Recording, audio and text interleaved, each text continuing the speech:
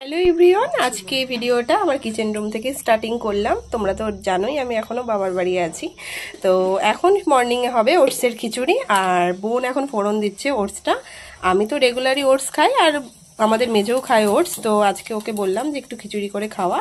সারাদিন কি কি করি সেটাই তোমাদের সঙ্গে শেয়ার করবো। আর ওটসে আজকে কি কি দেবো, মানে কি কি ভেজিটেবলস দেওয়া হচ্ছে সেটাই তোমাদের সঙ্গে এখন শেয়ার করছি। দেখো, এখানে আছে মিষ্টি কুমড়ো, আর এখানে আছে গাজর, আছে কুচনো টমেটো, আর এইদিকে আছে পটল, আর কিছু লঙ্কা চিড়ে নিয়েছি একটু, যাতে একটু ঝাল ঝাল হয়, খেতে ভালো লাগে। কারণ ওটস কিন্তু একদম মিষ্টি, আর ওটসের খিচুড়িতে যত ভেজিটেবলস দেবে ততই কিন্তু স্বাস্থ্যের পক্ষে খুব উপকার।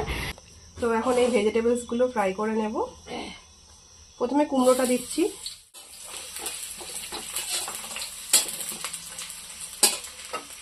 যখনই ওই বাড়িতে ওটস করি তখন অনেক ভেজিটেবলস দিয়েই খাই আর কি।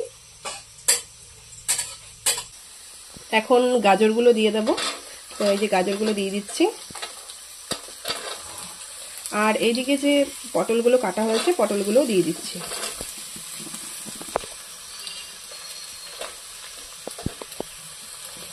আর টমেটোগুলো পরে দেব, কারণ টমেটোটা যেহেতু অ্যাকচুয়ালি নরম জিনিস, তো আগে আগে দিলে না গলে যাবে, ওই কারণে টমেটোটা পরে দেব।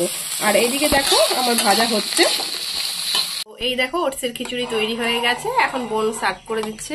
আর এইদিকে দেখো কালারটা কিন্তু দারুণ এসছে। ভেজিটেবলস গুলো ফ্রাই করার সময় মানে হাফ ফ্রাই করেছিলাম যাতে একটু গোটা গোটা থাকে। আর এইদিকে দেখতে মতো ডিম ফ্রাই করেছি ঝুরি ঝুরি করে, যেটা আমার আর মেজর খেতে কিন্তু ভীষণ ভালো লাগে। আর শসা একটু কেটে নিয়েছি টক দই, যেটা রেগুলার বেসিসে আমার প্রয়োজন। সকালের ব্রেকফাস্টে আজকে এটাই খাচ্ছি, ওটসের খিচুড়ি। আর খাওয়া স্টার্ট করে দিয়েছে, ওর প্রচন্ড খিদে পেয়ে গেছে, এখন অনেক বেজে গেছে যদিও। চলো দেখতে থাকো। আর দুপুরে আজকে কি কি করি, আর আজকে সন্ধ্যাবেলা এক জায়গায় যাওয়ার কথা আছে আর কি, যাবো, সেটাই তোমাদের সঙ্গে শেয়ার করব এই ভিডিওর শেষে। বুঝতেই পারছো ওর কিন্তু ভীষণ গরম লাগছে। তো এখানে মোটামুটি গরম, কৃষ্ণনগরের তুলনায় একটু কমই গরম আছে। আর আমাদের কিন্তু কিচেন রুমটা ভীষণ ঠান্ডা, আর সারাদিন আমরা এই কিচেন রুমটাতেই থাকি। মা কলমি শাক রান্না করেছে, আর আমার শাক তো ভীষণ প্রিয়। আর আমার ডিমটা প্রিয়, বাবা বাজার থেকে কালকে শাক নিয়ে এসেছে, আমার ডিমটা প্রিয়।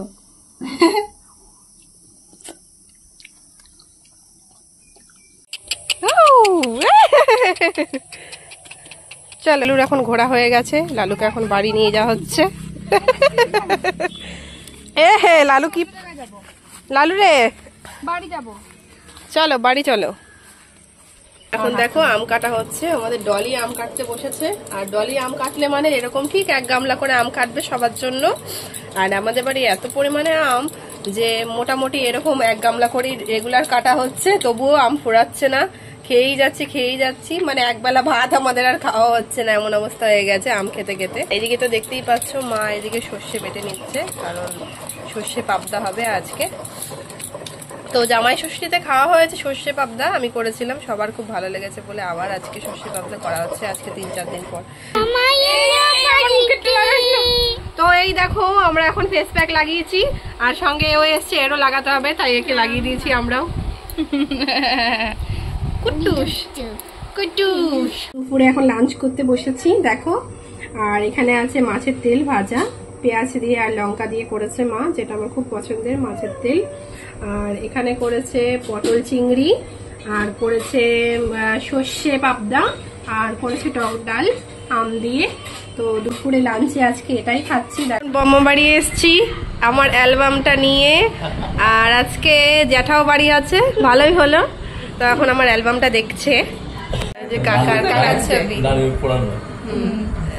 বৃদ্ধি পড়াচ্ছিল তখন। আর এই দেখো 3 সুন্দরী এক জায়গায় এক ফ্রেমে। হ্যাঁ শুধু সুন্দর, দাঁড়াও তোমার মেন ছবি আছে, শুধু এই ছবিটা না, আর ভালো সুন্দর ছবি আছে তোমার উল্টাও।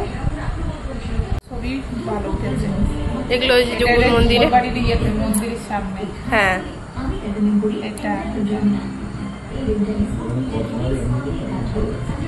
হ্যাঁ সত্যি ফটো সব দেখার মতন, কল্পনা।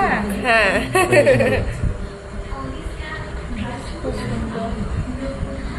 খরচও করতে হয়েছে ছবির পিছনে অনেক, ওই জন্যই সুন্দর।